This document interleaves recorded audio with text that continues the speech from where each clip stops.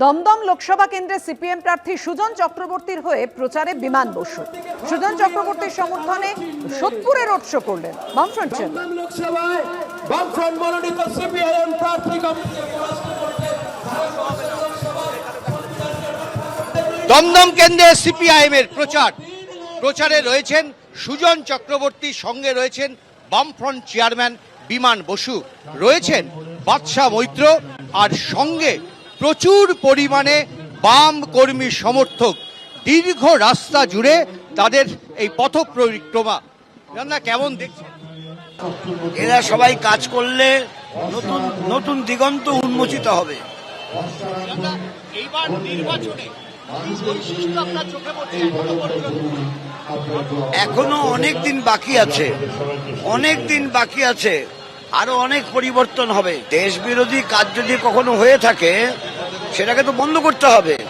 আমরা তো দেশকে ভালোবাসি, যারা দেশকে ভালোবাসে তারা সবাই দেশ বিরোধী কাজের বিরুদ্ধে। আমাদের বাংলাটাকে বদলাতে হবে, আমাদের এবং আমাদের পরের প্রজন্ম তার উপযোগী করতে হবে।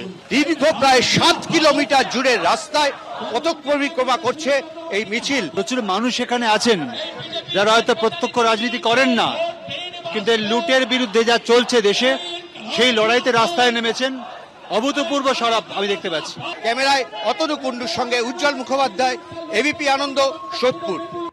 ভোট লুট রুখতে এবার বিজেপি যুব মোর্চার কন্ট্রোল রুম। ভোটের প্রথম দফা থেকেই বিজেপি যুব মোর্চার কন্ট্রোল রুম, হেল্পলাইন নম্বর।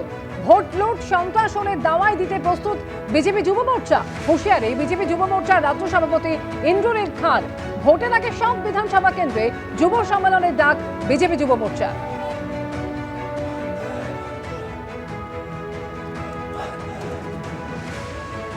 ভারতীয় জনতা যুব মোর্চার তরফ থেকে লোকসভা ভোটের সময় 294টি বিধানসভায় তারা যুব সম্মেলন করার উদ্যোগ নিয়েছেন এবং শুরু করা হচ্ছে আলিপুর দুয়ার লোকসভা কেন্দ্রের ফালাকাটা থেকে।